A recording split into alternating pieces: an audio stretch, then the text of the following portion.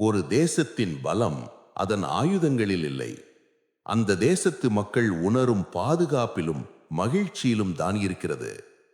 2000 ஆண்டுகளுக்கு முன்பே ஒரு சிறந்த தலைவன் தன் குடிமக்களை எப்படி பாதுகாக்க வேண்டும், ஒரு நாடு எப்படி செழிக்க வேண்டும் என்று சாணக்கியர் வகுத்த நெறிமுறைகள் இன்றும் உலகத்தரம் வாய்ந்த மேலாண்மை தத்துவங்களாக விளங்குகின்றன. அர்த்த சாஸ்திரம் கூறும் நல்ல குடிமக்களின் பண்புகளும் தலைவனின் கடமைகளும் என்ன? நவீனகால வணிக உலகிற்கும் வாழ்க்கை முறைக்கும் இது எப்படி பொருந்துகிறது? வாருங்கள், சாணக்கியரின் அறிவுக்கடலில் பயணிப்போம். சாணக்கியரின் கூற்றுப்படி நல்ல குடிமக்களின் குணங்கள். பாதுகாப்பை உறுதி செய்வது ஒரு தலைவரின் முதல் கடமையாகும். ஒரு நிறுவனத்தின் தலைமை நிர்வாக அதிகாரி ஊழியர்களின் பாதுகாப்பிற்கு பொறுப்பானவர். எனவே தொழிற்சாலைகள் மற்றும் வணிக செயல்முறை அவுட்சோர்சிங் தொழில் போன்ற 24 மணி நேரமும் ஊழியர்கள் தேவைப்படும் வணிகங்களில் நிறுவனம் தனது ஊழியர்களின் பாதுகாப்பை உறுதி செய்ய வேண்டும் என்று சட்டம் கோருகிறது. ஒரு ஊழியர் பணியிடத்திற்கு பாதுகாப்பாக சென்று பாதுகாப்பாக வீடு திரும்புவதை நிறுவனம் உறுதி செய்ய வேண்டும். இதனால் இன்று பல நிறுவனங்கள் தங்கள் ஊழியர்களுக்கு போக்குவரத்து வசதியை வழங்குகின்றன. இதேபோல் தொழிற்சாலைகள் போன்ற பணியிடங்களில் இயந்திரங்களில் பாதுகாப்பு வழிமுறைகளை பதிவிடுதல், பணிபுரியும் இடத்தில் பாதுகாப்பு நடவடிக்கைகள் குறித்த சுவற்றுகளை காட்சிப்படுத்துதல் மற்றும் தொழிலாளர்களுக்கும் மேலாளர்களுக்கும் பயிற்சி அளித்தல் போன்ற நடவடிக்கைகளின் மூலம் நிறுவனங்கள் பாதுகாப்பை உறுதி செய்கின்றன. அதே வழியில் ஒவ்வொரு தலைவரும் தன்னை சார்ந்திருக்கும் மக்களின் பாதுகாப்பை உறுதி செய்ய வேண்டும். ஒரு நாடு உள் மற்றும் வெளி எதிரிகளிடமிருந்து பாதுகாப்பை உறுதி செய்ய வேண்டும். பாதுகாப்பை உறுதி செய்வதில் தலைவர் மிகவும் தீவிரமாக இருக்க வேண்டும். ஏனெனில் பாதுகாப்பு சமரசம் செய்யப்பட்டால் மன்னர் தனது அரியணையை இழக்க நேரிடும். ஒரு பொது விழிப்புணர்வுகளும் குடிமக்கள் பாதுகாப்பாக உணராத கதைகளே. குடிமக்களின் பாதுகாப்பை உறுதி செய்யும் போது தலைவர் கவலைப்படக்கூடாது, மாறாக அவர் அக்கறை கொள்ள வேண்டும். கவலைப்படுவதற்கும் அக்கறை கொள்வதற்கும் வித்தியாசம் உண்டு. கவலைப்படுபவர் ஒரு சிக்கலை காண்கிறார், அக்கறை கொள்பவர் ஒரு சிக்கலை தீர்க்கிறார். ஒரு பாதுகாப்பு பிரச்சனையும் பாதுகாப்பு குறித்த கவலையும் இருப்பதை நீங்கள் அறிந்தால் அதன் மீது நடவடிக்கை எடுங்கள். சும்மா உட்கார்ந்து ஒன்றும் செய்யாமல் இருக்காதீர்கள். ஒரு தலைவர் தன் மனதில் ஒரு தெளிவான முடிவை எடுத்துவிட்டால் ஒரு பெரிய பாய்ச்சலை முன்னோக்கெடுக்க முடியும். உங்கள் முன் அத்தகைய பாய்ச்சல்களை மேற்கொண்டவர்களின் உதவியுடன் அந்த முடிவை எடுங்கள். அவர்களுடன் கலந்தாலோசியுங்கள். உங்கள் செயல் திட்டத்தை தெளிவாக்குங்கள். ஒரு இலக்கை தீர்மானித்து அதில் உறுதியாக இருங்கள். உங்கள் இலக்கை அடையும் வரை கைவிடாதீர்கள். ஒரு தலைவராக உங்கள் குடிமக்களின் பாதுகாப்பை நீங்கள் உறுதி செய்ய வேண்டியிருக்கும் போது அந்த இலக்கை அடைவதற்காக கவனத்துடனும் தீவிரமாகவும் செயல்படுங்கள். மேலும் ஆண்கள், பெண்கள், குழந்தைகள், முதியவர்கள், இளைஞர்கள், ஊனமுற்றோர் மற்றும் மனநிலை குன்றியோர், பணியில் உள்ளவர்கள் மற்றும் வேலையில்லாதவர்கள் என எவரையும் கவனித்துக் கொள்ளுங்கள். அர்த்த சாஸ்திரமும் மீண்டும் வலியுறுத்துகிறது. அவ்வாறு செய்யும்போது குடிமக்களை பாதுகாப்பாகவும் பத்திரமாகவும் வைத்திருக்கும் குணங்களை சாணக்கியர் வரையறுக்கிறார். ஒரு ஜனபதத்தின் குணங்கள்: மையத்திலும் எல்லைகளிலும் வலுவான நிலை, நெருக்கடியான காலங்களில் நிலைத்தன்மை, எளிதில் பாதுகாக்கத்தக்க தன்மை, சிறந்த வாழ்வாதாரத்தை வழங்குதல், வரிகளையும் அபராதங்களையும் தாங்கும் திறன். இந்த குணங்கள் ஒவ்வொன்றையும் பற்றி விவாதிப்போம். மையத்திலும் எல்லைகளிலும் வலுவான நிலை. சாணக்கியர் தனது மாணவர்களுக்கு போர் உத்திகள் குறித்து வழிகாட்டியதை பற்றிய மிகவும் பிரபலமான ஒரு கதை உள்ளது. ஒரு தட்டில் சூடான சாதம் இருப்பதாக கற்பனை செய்து பாருங்கள். உங்கள் விரல்களை சுடாமல் அதை எப்படி சாப்பிடுவீர்கள்? உங்கள் விரல்களை நடுவில் வைத்தால் அவை சுட்டுவிடும். அதற்கு பதிலாக தட்டின் ஓரங்களிலிருந்து சிறிது சிறிதாக சாதத்தை எடுக்க தொடங்க வேண்டும். அவ்வாறு செய்யும்போது ஓரங்களை நோக்கி சாதம் அவ்வளவு சூடாக இல்லை என்பதையும் அதை நீங்கள் வசதியாக சாப்பிடலாம் என்பதையும் உணர்வீர்கள். இது போர் உத்திக்கான ஒரு உவமையாகும். ஒரு நாட்டின் மையத்தை, அதன் தலைநகரை நீங்கள் ஒருபோதும் நேரடியாக தாக்கக்கூடாது. ஏனெனில் அங்கு பாதுகாப்பு நடவடிக்கைகள் மிகவும் கடுமையாக இருக்கும். அது அதிகார மையமாகவும் மன்னரின் வசிப்பிடமாகவும் இருப்பதால் காவலர்களால் சூழப்பட்டிருக்கும். அதிகார மையத்தை நேரடியாக தாக்கும் எவரும் கொல்லப்படுவது உறுதி. அதற்கு பதிலாக முதலில் எல்லைகளை தாக்கும் உத்தியை பயன்படுத்த வேண்டும். இவ்வாறு மெதுவாகவும் சீராகவும் ஒருவர் பலவீனமானவர்களை ஒழித்துவிட்டு மையத்தை அடைய முடியும். எனவே ஒரு பாதுகாப்பு உத்தியானது மையம் பாதுகாப்பாக இருப்பதை மட்டுமல்லாமல் எல்லைகளும் பலப்படுத்தப்பட்டிருப்பதை உறுதி செய்ய வேண்டும். எதிரி மையத்தை நேரடியாக தாக்கினால் இராணுவம் தற்காத்துக் கொள்ளவும் திருப்பி தாக்கவுமாக தயாராக இருக்க வேண்டும். இருப்பினும் எல்லைகளை பாதுகாப்பது மிகவும் முக்கியமானது. ஒரு நாட்டின் எல்லைகளிலிருந்தே ஊடுருவல் தொடங்குகிறது. வெவ்வேறு நாடுகள் மலைப்பகுதிகள், பாலைவனங்கள், வனப்பகுதிகள் அல்லது கடல் போன்ற பல்வேறு வகையான எல்லைகளை கொண்டுள்ளன.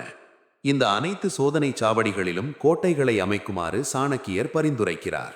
அர்த்த சாஸ்திரத்தில் எதிரி தாக்குதல்களிலிருந்து குடிமக்களை பாதுகாக்க கட்டப்பட்ட பல்வேறு வகையான கோட்டைகளை பற்றிய விளக்கங்களை காண்கிறோம். அர்த்த சாஸ்திரத்தை பயின்ற மிகவும் வெற்றிகரமான மன்னரான மகாராஷ்டிராவின் சிவாஜி மகாராஜ் தனது போர் திட்டங்களில் இந்த உத்திகளை பயன்படுத்தினார். மகாராஷ்டிராவில் 400க்கும் மேற்பட்ட கோட்டைகள் உள்ளன. சிவாஜி முக்கியத்துவம் வாய்ந்த இடங்களில் படைகளை அமைத்தார். இது அர்த்த சாஸ்திரம் செயலில் வெளிப்படுவதை காட்டுகிறது. சிவாஜியின் போர் உத்திகள் இன்றும் இராணுவ ஆய்வில் ஒரு அளவுகோலாக இருப்பது ஆச்சரியமல்ல. ஊடுருவலை தடுப்பது எல்லைக்கு அப்பால் உள்ள எதிரிகளிடமிருந்து பாதுகாக்க உதவுகிறது. ஒருவரின் எல்லைக்குள் நுழைய விரும்புபவர்களை கூர்ந்து கண்காணிக்க முடிவதால் இந்த வெளி எதிரிகளை எளிதில் அடையாளம் காண முடியும். வெளிநாட்டு ஆக்கிரமிப்பு மற்றும் ஊடுருவலை கட்டுப்படுத்த சாணக்கியர் பல்வேறு சோதனை சாவடிகளையும் கடவுச்சீட்டு மற்றும் விசா முறைகளையும் அறிமுகப்படுத்தினார். இருப்பினும் ஒவ்வொரு இராச்சியத்திற்கும் அதன் எல்லைகளுக்குள் செயல்படும் எதிரிகளும் உள்ளனர். இந்த உள்நாட்டு எதிரிகள் சட்டவிரோத வழிகள் மூலம் இராச்சியத்திற்குள் நுழைந்து நாட்டை அழிக்கத் தொடங்கியுள்ள போட்டி நாடுகளில் சேர்ந்த உளவாளிகளாகவோ அல்லது எதிர்கால போரை திட்டமிட தகவல்களை சேகரிப்பவர்களாகவோ இருக்கலாம். உள்நாட்டு எதிரிகள் எதிரி நாடுகளுக்காக பணிபுரியும் தேச துரோகிகளாகவும் இருக்கலாம். அவர்கள் தேசியத்தால் இராச்சியத்தின் குடிமக்களாக இருந்தாலும் எதிரி இராச்சியத்தால் நிதி அளிக்கப்பட்டு ஆதரிக்கப்பட்டு அதன் நோக்கங்களை அடைய பணிபுரிகிறார்கள். தலைவரின் போர் உத்தி இந்த அனைத்து அம்சங்களையும் கருத்தில் கொள்ள வேண்டும். சாணக்கியர் தனது காலத்தில் ஒரு வலுவான உளவு அமைப்பை உருவாக்கினார். இதில் விஷகன்யா என்றழைக்கப்பட்ட ஒரு பெண்கள் உளவாளி வலையமைப்பு அடங்கியது. இந்த வலையமைப்பில் பயிற்சி பெற்ற மற்றும் மிகுந்த புத்திசாலித்தனம் கொண்ட பெண்களும் சிறுமிகளும் இருந்தனர். இவர்கள் அரசு ஊழியர்களாக இருந்து எதிரி முகாமிலிருந்து தகவல்களை சேகரித்தனர். இந்த வலையமைப்பால் மிகவும் கடினமான சூழ்நிலைகளிலும் போரின் போக்கையே மாற்றக்கூடிய உத்திகளை உருவாக்க முடிந்தது. சாணக்கியர் மேலும் அடிமைகள், பிச்சைக்காரர்கள், பூசரிகள், மூதாதையர்கள் மற்றும் சமூக தலைவர்களை கொண்ட ஒரு தகவல் அளிப்போர் வலையமைப்பையும் உருவாக்கினார். வியூகத்தில் தகவலே முக்கியம். இன்று ஒவ்வொரு தேசத்திற்கும் அதன் சொந்த புலனாய்வு நெட்வொர்க் மற்றும் அமைப்புகள் உள்ளன. இந்த ஏஜென்சிகள் குடிமக்களை பாதுகாக்க 24 மணி நேரமும் வேலை செய்கின்றன. அவர்கள் முழு ரகசியமாக வேலை செய்கிறார்கள் மற்றும் பல ரகசிய முகவர்கள் தங்கள் வேலைகளுக்காக தங்கள் உயிரை பணயம் வைக்கிறார்கள். பெரும்பாலான சந்தர்ப்பங்களில் அவர்களின் குடும்ப உறுப்பினர்களுக்கு கூட அவர்களின் உண்மையான தொழில் தெரியாது. இந்த ஏஜென்சிகள் தவிர உள்நாட்டு எதிரிகள் மற்றும் சமூக விரோதிகளை ஒழிப்பதில் காவல்துறை முக்கிய பங்கு வகிக்கிறது. மேலும் நாட்டின் எல்லைக்குள் செயல்படும் எதிரிகள் பற்றிய தகவல்களையும் சேகரிக்கிறது. அதே மக்கள் தங்கள் நாட்டிற்கு எதிராக மாறி எதிரிக்கு வேலை செய்யும் அபாயமும் உள்ளது. எனவே சாணக்கியர் எதிர் உளவாளிகளின் வலையமைப்பையும் உருவாக்கினார். ஒவ்வொரு உளவாளியும் எதிரிகளை கண்காணித்து தகவல்களை சேகரித்தாலும் ஒவ்வொரு உளவாளியும் அவரை பற்றிய தகவல்களை சேகரிக்கும் மற்றவர்களால் கண்காணிக்கப்பட்டனர். இது குழப்பமானதாக தோன்றலாம் மற்றும் உங்கள் சொந்த மக்களிடையே நம்பிக்கையின்மையையும் பிரதிபலிக்கலாம். ஆனால் ஒரு தலைவரின் உண்மையான வேலை அதுதான். நீங்கள் மக்களை நம்ப வேண்டுமென்றாலும் நம்பிக்கையை ஒரு பொருட்டாக எடுத்துக்கொள்ளக்கூடாது. தேசிய பாதுகாப்பில் சமரசம் செய்து கொள்ள முடியாது என்பதே அதற்கு காரணம். குடிமக்களின் பாதுகாப்பே முதன்மையானது. பேரிடர் காலங்களில் நிலையானது. வெள்ளம், பூகம்பம், எரிமலைகள் மற்றும் வறட்சி போன்ற இயற்கை பேரிடர்கள் முன்னறிவிப்பின்றி வந்து ஒரு தேசத்தில் அழிவை ஏற்படுத்துகின்றன. மக்கள் நலனுக்காக திட்டமிடும்போது இவற்றை கணக்கில் கொள்ள வேண்டும் என்பதை ஒரு தலைவர் புரிந்து கொள்ள வேண்டும். இதுபோன்ற பேரிடர்களை கையாள அரசுகள் பேரிடர் மேலாண்மை குழுக்களை உருவாக்க தொடங்கியுள்ளன. சிறப்பு வரவு செலவு திட்டங்களும் ஏற்பாடுகளும் செய்யப்பட வேண்டும். மேலும் உடனடியாக நடவடிக்கை எடுக்க வல்லுநர்கள் தயாராக இருக்க வேண்டும். இந்த இயற்கை பேரழிவுகளை கூட போர்க்கால அடிப்படையில் கையாள வேண்டும். எனவே துன்ப காலங்களில் தப்பிப்பிழைக்கும் திறன் கொண்டவரே ஒரு நல்ல தலைவர் என்று சாணக்கியர் கூறுகிறார். எதிர்காலத்தில் ஏற்படக்கூடிய அல்லது ஏற்படாத இயற்கை பேரழிவுகளுக்கு தயாராவது கடினமாக தோன்றலாம். ஆனால் அப்பகுதியில் கடந்த கால இயற்கை பேரழிவுகளின் போக்குகளை பார்ப்பது உதவும். மும்பை போன்ற ஒரு நகரத்தில் பருவமழையின் போது நீர் தேங்குவது மிகவும் பொதுவானது. ஒடிசா போன்ற மாநிலங்கள் ஒவ்வொரு ஆண்டும் வெள்ளத்தை சந்திக்கின்றன. ஜப்பானில் பூகம்பங்கள் மிகவும் பொதுவானவை. இந்த சூழ்நிலைகளை படிப்பதன் மூலம் அவை மீண்டும் நிகழும்போது அவற்றை எவ்வாறு கையாள வேண்டும் என்று ஒரு தலைவர் திட்டமிடலாம். கடந்த கால தவறுகளிலிருந்து கற்றுக்கொண்டு உங்கள் எதிர்கால உத்தியை திட்டமிடுங்கள். நிலைத்தன்மை என்பதே இங்கு முக்கிய வார்த்தை. துன்ப காலங்களில் தலைவர் மக்களை கவனித்துக் கொள்ளவில்லை என்றால் அவர்கள் பாதுகாப்பாக உணரும் மற்ற இடங்களுக்கு குடிபெயர்ந்து விடுவார்கள். உலகமயமாக்கப்பட்ட இந்த காலகட்டத்தில் மக்கள் எளிதாக மற்ற இடங்களுக்கும் நாடுகளுக்கும் குடிபெயர முடியும். பொதுவாக தலைமையின் மீது நம்பிக்கையை இழக்கும்போது மக்கள் குடிபெயர்கிறார்கள். துன்ப காலங்களில் கூட தங்கள் தலைவர் மீது நம்பிக்கை இருந்தால் மக்கள் இடம்பெயர மாட்டார்கள். தலைவர் மீதும் துன்ப காலங்களில் அவரது திறன்கள் மீதும் வைக்கப்படும் இந்த நம்பிக்கையே தலைமைத்துவத்தின் உண்மையான சோதனையாகும். நிலைமை கடினமாகும் போது வலிமையானவர்களே முன்னேறிச் செல்வார்கள் என்று சொல்வார்கள். அதுதான் தலைமைத்துவம். மிகவும் கடினமான சூழ்நிலைகளிலும் தலைவரால் நம்பிக்கையை அளிக்க முடிகிறது. பெருநிறுவன தலைவர்கள் கூட இதை நிரூபித்து காட்டியுள்ளன. நிலைமை மீள முடியாத அளவுக்கு சென்றுவிட்டது என்று உலகம் முழுவதும் உணரும் போது தலைவர் தலையிட்டு நாம் ஒன்றிணைந்து வெற்றி பெறுவோம் என்ற வலுவான செய்தியை தருகிறார். அத்தகைய தலைவர்கள் மக்களின் மன உறுதியை உயர்த்தி ஒரு வழியை காட்டுகிறார்கள். அவர்கள் வரும் தலைமுறைகளுக்கு நீடித்த தாக்கத்தை ஏற்படுத்துகிறார்கள். பாதுகாக்க எளிதானது. குடிமக்கள் விரைவாக பாதுகாப்பை பெறும்போது பாதுகாப்பாக உணர்கிறார்கள். எனவே அமைப்புகளின் பதிலளிக்கும் நேரம் விரைவாக இருக்க வேண்டும். தலைவர் மிகவும் திறமையானவராகவும் தனது மக்களை எளிதாக பாதுகாக்கக்கூடியவராகவும் இருக்க வேண்டும். நீங்கள் ஒரு அவசர எண்ணை அழைக்கிறீர்கள், மறுமுனையில் எந்த பதிலும் இல்லை என்று கற்பனை செய்து பாருங்கள். முதல் உணர்வு பாதுகாப்பின்மையாகும். ஆனால் முதல் அழைப்பிலேயே தொலைபேசிக்கு பதிலளிக்கப்பட்டு சில நிமிடங்களில் அந்த நபர் உங்களை அடைந்தால் நீங்கள் பாதுகாப்பாகவும் உறுதியாகவும் உணர்கிறீர்கள். டில்ஹில் சேருங்கள். ஒரு தாய் தன் குழந்தையை பாதுகாக்கும் போது அவளுக்கும் குழந்தைக்கும் இடையிலான தூரம் முடிமற்றும் குறைவாக இருப்பதை உறுதி செய்வாள். அவள் சமையலறையில் வேலை செய்யும் போது கூட அவளுடைய கண்களும் காதுகளும் குழந்தையின் மீதுதான் இருக்கும். அவசர நிலை ஏற்பட்டால் அவள் உடனடியாக குழந்தையிடம் விரைந்து செல்வாள். குழந்தையை பாதுகாப்பது எளிது என்பதை அவள் உறுதி செய்வாள். குழந்தைக்கு ஏற்படக்கூடிய ஆபத்துகளை அவள் அறிந்திருக்கிறாள். மேலும் குழந்தையை அவற்றிலிருந்து விலக்கி வைக்க முயற்சிப்பாள். குழந்தையின் கைக்கு எட்டும் தூரத்தில் தீங்கு விளைவிக்கும் பொருட்கள் எதுவும் இல்லை என்பதையும், தரை வழுக்காமல் இருப்பதையும், வீட்டில் அவசரகால மருந்துகள் இருப்பதையும் அவள் உறுதி செய்வாள். தேவைப்படும் நேரத்தில் மருத்துவரை தொடர்பு கொள்ள முடியும் என்பதையும், பெரியவர்கள் போன்ற அவளுடைய சமூக ஆதரவு அமைப்பு எப்போதும் அவளுக்கு கிடைக்கும் என்பதையும் அவள் உறுதி செய்கிறாள். குழந்தைக்கு இவையெல்லாம் தெரியாமல் இருக்கலாம். ஆனால் தாய் குழந்தையின் நலனை பற்றி தொடர்ந்து சிந்திப்பதால் அதன் பாதுகாப்பையும் பத்திரத்தையும் கவனமாக திட்டமிட்டுள்ளார். அவள் உறங்கும்போது கூட தாய் ஆழ்மனதில் குழந்தையை பற்றி விழிப்புடனும் எச்சரிக்கையுடனும் இருக்கிறாள். ஒரு பிரச்சனை ஏற்படும் போது அதை சமாளிக்க அவள் முழுமையாக தயாராக இருக்கிறாள். என்ன நடந்தாலும் குழந்தையின் பாதுகாப்பும் பத்திரமுமே தனது முதல் மற்றும் முதன்மையான முன்னுரிமை என்பதை அவள் ஒருபோதும் மறப்பதில்லை. இதற்காக குழந்தையை பாதுகாப்பது எளிதாக இருக்க வேண்டும் என்பதை அவள் உறுதி செய்கிறாள். இந்த தாய்மார்கள் தங்கள் குழந்தைகளுக்கு எப்படி இருக்கிறார்களோ அப்படியே தலைவர்கள் தங்கள் குடிமக்களுக்கு இருக்க வேண்டும். சிறந்த வாழ்வாதார வழிகளை வழங்குதல், அனைவருக்கும் வேலைவாய்ப்பை உறுதி செய்வது எந்த ஒரு தலைவர் அல்லது அரசாங்கத்தின் முக்கிய செயல்திறன் பகுதியாகும். மனிதர்களுக்கும் சமூகத்திற்கும் பொருளாதாரத்துடன் ஆழமான உறவு உள்ளது. நமது அன்றாட வாழ்க்கையின் பரிவர்த்தனைகளில் பணம் முக்கியமானது. எனவே ஒரு நல்ல தலைவர் தனது ராஜ்யத்தில் உள்ள அனைவருக்கும் சிறந்த வாழ்வாதார வழிகள் இருப்பதை உறுதி செய்ய வேண்டும். இங்கு கவனிக்க வேண்டியது என்னவென்றால், சாணக்கியர் குறிப்பிடுவது அடிப்படை வாழ்வாதாரத்திற்கு தேவையான பணத்தை மட்டுமல்ல, ஒரு தரமான வாழ்க்கையை உறுதி செய்ய போதுமான பணம் என்ற சிறந்த வாழ்வாதாரத்தையும் குறிக்கிறது.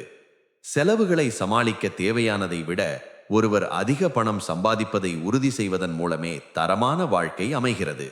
குறிப்பாக இந்தியாவில் குடும்பம் என்பது ஒரு தனிநபரின் வாழ்க்கையில் கலாச்சார ரீதியாக ஒரு முக்கிய அங்கமாகும். நமது உடன்பிறப்புகளை கவனிக்க கொள்ள நாம் பயிற்றுவிக்கப்படுகிறோம். குழந்தைகள் மற்றும் பெற்றோர்கள் சமூகத்திற்கும் சமூக நலன்களுக்கும் பங்களிக்க வேண்டும் என்றும் நாம் அறிவுறுத்தப்படுகிறோம். இவை அனைத்திற்கும் பணம் தேவைப்படுகிறது. தலைவர் இந்த உண்மையை புரிந்து கொண்டு ஒருவர் தனது செலவிற்கு தேவையானதை விட அதிகமாக சம்பாதிக்க முடியும் என்பதை உறுதி செய்ய வேண்டும். ஒரு நபர், குடும்பம் அல்லது நிறுவனத்திற்கு சீரான பணப்புழக்கம் நிதி சுதந்திரத்தையும் பாதுகாப்பையும் உறுதி செய்கிறது.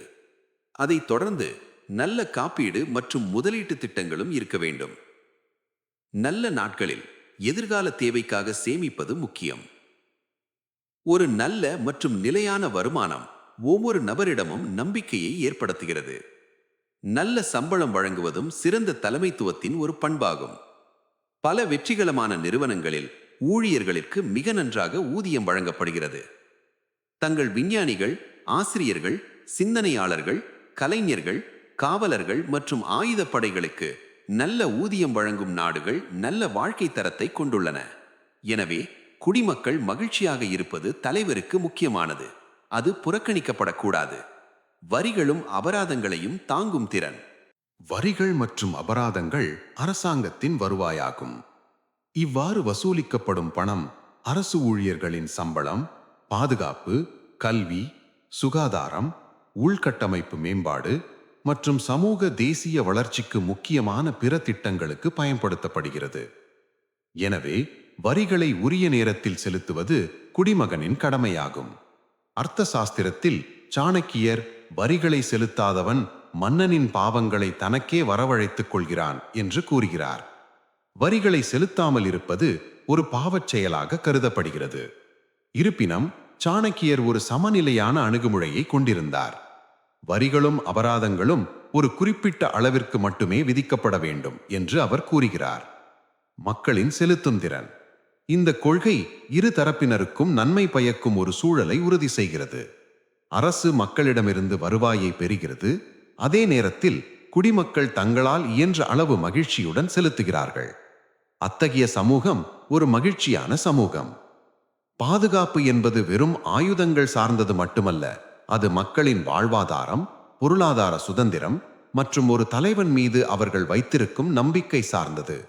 எல்லையை பாதுகாப்பதில் தொடங்கி பேரிடர் காலங்களில் துணை நிற்பது வரை ஒரு தாய் தன் குழந்தையை காப்பது போல தலைவன் செயல்பட வேண்டும் என்பதே சாணக்கியரின் பாடம்.